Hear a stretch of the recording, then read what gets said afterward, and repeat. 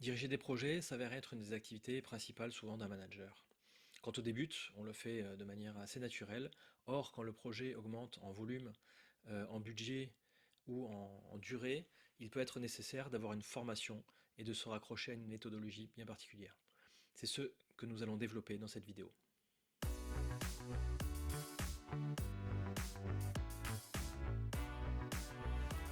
Bienvenue sur Soyez Chef pas Manager, la chaîne, le site et le livre qui vous donne les outils, les principes et les méthodes pour diriger vos équipes, diriger vos collaborateurs avec simplicité, méthode et surtout sans stress. Si vous souhaitez découvrir la centaine de sujets que je considère importants pour un manager, je vous invite à télécharger ce que j'ai appelé la checklist du chef sur mon site, soyezchef.manager.com. Vous avez un lien dessous dans la description de la vidéo qui vous oriente sur cette checklist gratuite qui rassemble une centaine de questions sur le sujet, qui vous permet de voir, de balayer l'ensemble des thématiques importantes dans un rôle de manager. Aujourd'hui, on va parler de projet, de gestion de projet. Alors tout d'abord, qu'est-ce qu'un projet? Contrairement à une activité de production qui va être une activité qui va être assez répétitive et récurrente, un projet, ça a un début, ça a une fin. Et du coup, la philosophie d'un projet, c'est de réserver, en tout cas, de répartir l'ensemble des ressources le long du projet, tout en gardant un matelas nécessaire de manière à faire face aux imprévus. Alors, tout le monde a géré des projets, hein, si on en prend cette définition. Quand vous partez en vacances, mais quelque part c'est un projet puisque vous prenez le train, l'avion, la voiture. Les dates de vacances, les dates des vacances sont fixées et donc vous faites vos valises, vous réservez un hôtel, une chambre, un camping, le voyage, de façon à pouvoir partir au bon moment et revenir au bon moment aussi. En matière professionnelle, beaucoup d'activités sont des projets puisqu'elles se finissent à un certain moment. On vous donne un certain nombre de ressources. Alors souvent, c'est les ressources, ce seront vos collaborateurs qui vont vous aider, vous assister dans la réalisation de cette activité. Et des fois, on vous confie une mission bien particulière, avec un budget, avec des ressources bien particulières, avec peut-être des gens que vous allez utiliser de manière matricielle pour vous donner telle et telle expertise sur différentes phases du projet. Et plus le projet est long, plus il est complexe, plus vous avez d'interlocuteurs, plus vous avez intérêt à avoir une méthodologie éprouvée. Donc le diagramme de Gantt que vous pouvez, alors c'est un autre nom du rétro-planning, on va en voir un ici qui s'affiche. Donc là, on voit, ce diagramme permet de décomposer l'ensemble des tâches, de les lier dans le temps, de composer le projet en sous-tâches beaucoup plus grandes, et de répartir évidemment les ressources, si possible en parallèle, et si on ne peut pas, en série, c'est-à-dire les unes après les autres.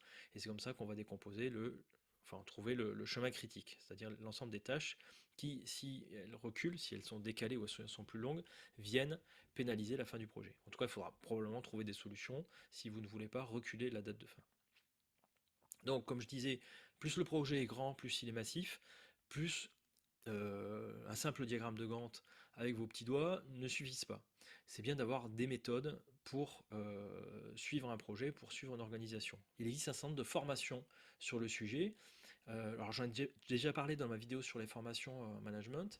Il y a deux grandes formations en management qui sont assez connues, c'est PMP, Project Management Professionnel, et Prince 2. La première va s'exercer à beaucoup plus renforcer les compétences du chef de projet, comment on fait pour, dans les différentes phases du projet, pour initier un projet, pour s'adresser à ses clients, s'adresser à ses collaborateurs, gérer les conflits, gérer les risques, etc., etc. Donc il est beaucoup plus centré en fait sur la personne du responsable de projet, là où Prince 2 va s'attacher à décrire un cadre très précis avec les rôles, les responsabilités, l'ensemble du séquençage du projet, de façon à ce que n'importe qui connaisse la méthode Prince 2 puisse s'intégrer très rapidement dans un projet beaucoup plus vaste. Alors Prince 2, ça a été créé par le gouvernement britannique, justement, qui en avait marre de voir tout un tas de projets extrêmement coûteux, être confiés à des entreprises, avoir beaucoup d'échecs, avoir beaucoup de difficultés à associer plusieurs acteurs en même temps, qui n'avaient pas forcément les mêmes méthodologies, la même manière de voir les choses, aussi qui n'avaient pas forcément les bons réflexes, ou en tout cas la bonne gestion de projet qui permettait de faire émerger les risques en temps opportun et de contrôler les coûts. Et finalement, c'est tout, on en vient là, mais c'est maîtriser vraiment l'ensemble du projet. Donc, ce qu'ils ont fait, ils ont réuni, alors je ne sais plus, une dizaine ou une vingtaine de personnes qui étaient des références en matière de gestion de projet. En gros, ils les ont enfermés dans une salle et ils leur ont dit, bah, vous sortez pas d'ici tant que vous n'avez pas donné une méthode basée sur toutes les bonnes pratiques que vous connaissez et qui soit utile pour nous et qui sera la méthode standardisée pour suivre un projet, que ce soit un petit projet ou un projet de grande envergure comme les Jeux Olympiques par exemple. Alors quand on suit une formation Prince 2, on a droit à ce livre, qui est maintenant dans sa version beaucoup plus avancée, et donc vous voyez, il y a quand même de quoi étudier, de quoi faire. Si on résume Prince 2, alors 7 principes, 7 thèmes, 7 processus. Ça s'applique à tous les types de projets, et c'est justement conçu pour être économe en temps et en implication personnelle des managers. Aussi de limiter au maximum l'implication, le nombre de comités et de réunions. Alors quels sont ces 7 principes? Le premier, donc je vais vous les décrire tous sans rentrer dans les détails, pour vous donner une idée un petit peu des concepts et de la philosophie en fait qu'il y a derrière tout ça. Les principes. Premier principe, justification continue pour l'entreprise. Prince 2 s'attache justement à alors découper le projet en phases, on le verra après, mais surtout avoir en continu une justification justification financière et une plus-value pour l'entreprise. C'est-à-dire souvent les projets peuvent dériver et le projet prend sa propre vie et se part en fait de sa justification initiale et ça devient une espèce de machine, une espèce de grosse bête en fait que l'on nourrit. Or l'intérêt c'est quand même en permanence d'avoir un projet ou un objectif qui soit viable et avec une vraie plus-value. Donc le Prince 2 s'attache justement à revoir de manière assez régulière la finalité du projet et son intérêt. Deuxième principe, rôle et responsabilité définis. Prince 2 vous donne des rôles très, très définis entre le responsable de projet, son supérieur, les responsables des work packages, enfin des travaux à faire, et l'ensemble des acteurs est bien défini, donc avec les rôles et ses responsabilités, de façon à ce qu'il n'y ait pas de surprise sur à qui de faire, enfin quelles sont les responsabilités de chacun. Troisième chose, focalisation sur le produit, c'est-à-dire que le produit est au centre finalement de la philosophie Prince 2, et donc ça revient un peu sur ce que je disais tout à l'heure, il n'y a pas de divergence, il n'y a pas d'explosion, on est très proche des exigences.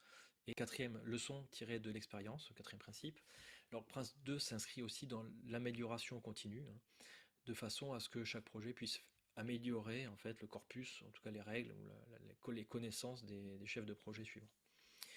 Cinquième, management par exception. L'objectif ici, c'est de réduire au maximum en fait toutes les interactions entre les différents niveaux et tout le suivi en fait du projet par les clients, enfin les demandeurs, et de réduire en fait le nombre de réunions, de comités et d'éléments décisionnels. Souvent le projet est défini dans un cadre particulier.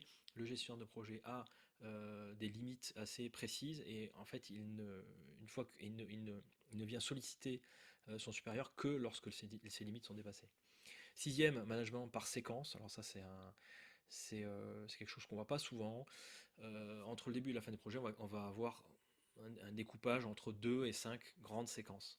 Ce qui permet d'avoir à la fin de cette séquence en fait, tout l'ensemble des travaux sont alignés pour s'arrêter, pour être revus, pour être repensés, pour justement pouvoir repartir dans une autre direction si besoin, en tout cas pour en faire un point précis sur le projet et sur sa viabilité. Et enfin, adaptation à l'environnement de projet, tout ça pour dire que Prince 2 peut s'adapter à n'importe quel type de projet. Ensuite, 7 thèmes. Le premier, cas d'affaires. Cas d'affaires, en fait, c'est ce qui va regrouper toute la viabilité, toutes les exigences du projet et qui fait vraiment le contour et l'objectif en fait que l'on cherche. Donc, deuxième thème, le changement. Le fait de changer, de se reposer des questions et de peut-être recentrer le projet sur d'autres valeurs ou en cours de route de changer un petit peu d'axe. Ça fait complètement partie des processus de Prince 2 et ça évite notamment de partir, d'avoir l'espèce de biais psychologique qui nous fait aller jusqu'à la mort dans une direction qu'on avait pris au début mais qui n'est plus du tout cohérente aujourd'hui. Troisième, organisation. Donc toute l'organisation du projet est extrêmement bien définie avec ses responsabilités comme je l'ai dit tout à l'heure. Quatrième, des plans. Donc il y a une manière particulière d'établir l'ensemble des plans et la déclinaison des plans en sous-plans, etc. Même la progression, il y a un fort suivi des objectifs, de la progression de la réalisation du projet entre son début et sa fin, et donc de manière à pouvoir se rendre compte finalement à quel point d'avancement on est.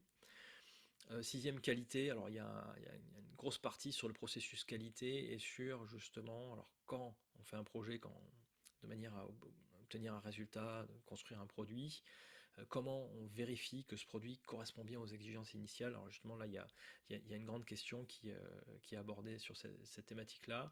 Et en fait, septième, les risques. Dans Prince 2, moi j'ai beaucoup aimé la manière dont il gère les risques. La manière de faire n'est pas forcément compliquée, mais très exhaustive, avec justement une délégation, des risques positifs même, un partage des risques. Il y a une forte incitation à vraiment gérer les risques. Là où moi, beaucoup de fois, et je ne sais pas si ça vous rejoint dans vos expériences, souvent les risques, c'est le truc qu'on fait juste à la fin. On liste en fait les problématiques et on ne va pas forcément les traiter, ou en tout cas mettre, que ce soit les budgets ou l'énergie, pour les éviter, ou en tout cas les partager, les dégager du projet, etc. etc. Donc ça, on vient de parler des 7 thèmes, et ensuite il y a 7 processus. Alors 7 processus, c'est des choses qu'on va retrouver.